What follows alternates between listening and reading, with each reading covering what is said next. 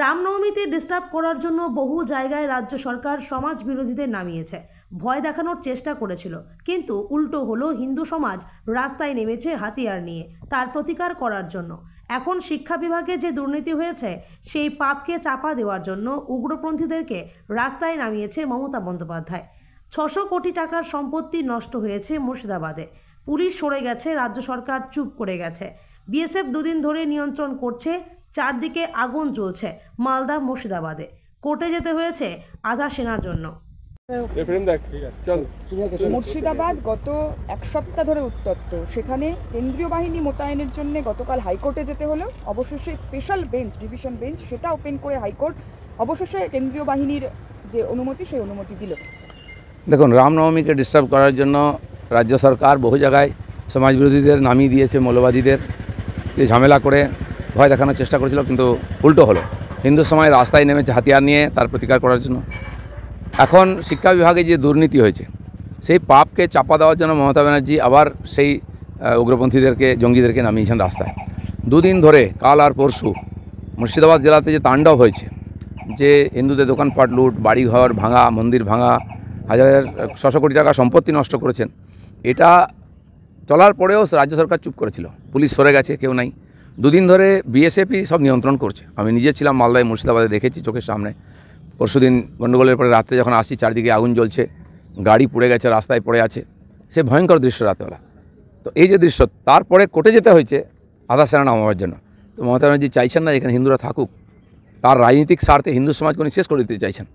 চারিদিকে হাহাকার চলছে, এই পাপের বোঝা বাড়ছে ওনার, এটাই ওনাকে এখান থেকে বিদায় করবে।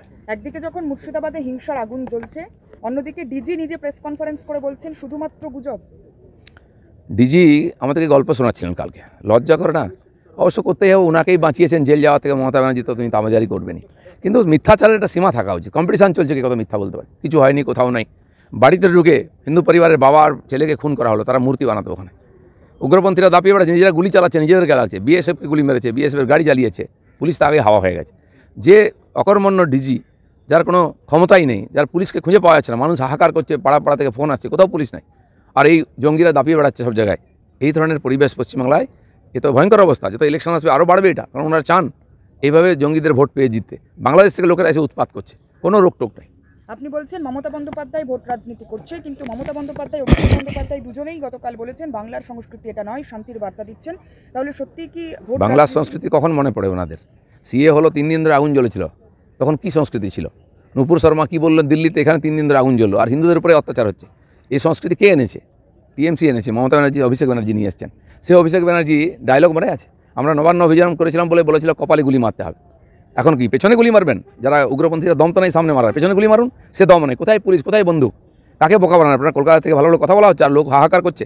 মুর্শিদাবাদ থেকে লোকে গঙ্গা পার হয়ে মালদায় চলে যাচ্ছে বাঁচার জন্য, নদিয়ায় পালিয়ে আসছে। মুর্শিদাবাদ জেলা উপদ্রুত জেলা হয়ে গেছে, পশ্চিম বাংলাদেশের সঙ্গে, পশ্চিম বাংলাদেশ হয়ে গেছে, ওটা বাংলাদেশের সঙ্গে এক্সটেন্ডেড হয়ে গেছে। বাংলাদেশিরা উৎপাত করছে, আমরা দাঁড়িয়ে দাঁড়িয়ে দেখছেন। পুলিশি ব্যর্থতার কারণেই কি অবশেষে কেন্দ্রীয় বাহিনী নামাতে হচ্ছে? অবশ্যই, আর সেটা প্রথম দিন নামানো উচিত ছিল। পরশুদিন যেদিন এরকম আগুন শুরু হলো, ফারাক্কা থেকে ওমরপুর অবধি 50-60 কিলোমিটার রাস্তা পুরো উগ্রপন্থীদের হাতে চলে গেছিলো। রাস্তার ধারে দুই দিকে আগুন জ্বলছে, দোকানপাট পোড়ানো হচ্ছে, লুটপাট হচ্ছে, ভয়ঙ্কর পরিবেশ। গাড়ি ঘোড়া, রেলওয়ে বন্ধ, হাইওয়ে বন্ধ। কি চলছে এটা? সারা ভারতবর্ষের তো লাগু হয়েছে ওয়াকফ বিল, কেন পশ্চিমবাংলায় আগুন জ্বলছে? আর সুযোগ পেলে এখানে আগুন জ্বালানো, এটাই মমতা ব্যানার্জির রাজনীতি। যতদিন মমতা ব্যানার্জি ক্ষমতায় থাকবেন, এই আগুন জ্বলবে আর হিন্দুরা ঘর ছাড়া হবে। এসএসসি চাকরিহারা শিক্ষকরা একদিকে এসএসসি ভবন, আচার্য সদন, সেখানে যেমন অনশন করছেন, অন্যদিকে গান্ধী মূর্তির পাদদেশ, সেখানেও তারা বসে অবস্থান করছেন।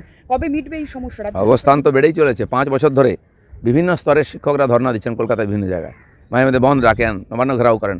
এখন নতুন যুক্ত হয়ে গেছে এই যে 18,000 যোগ্য শিক্ষক যারা পরীক্ষা দিয়ে চাকরি পেয়েছেন, তাদের ভবিষ্যৎ অন্ধকার করেছিলেন মমতা ব্যানার্জি। তো এই আন্দোলন তো চলবেই, তারা হকের জন্য লড়াই লড়বে, এবং তারা আমরাও তাদের সঙ্গেই থাকবো।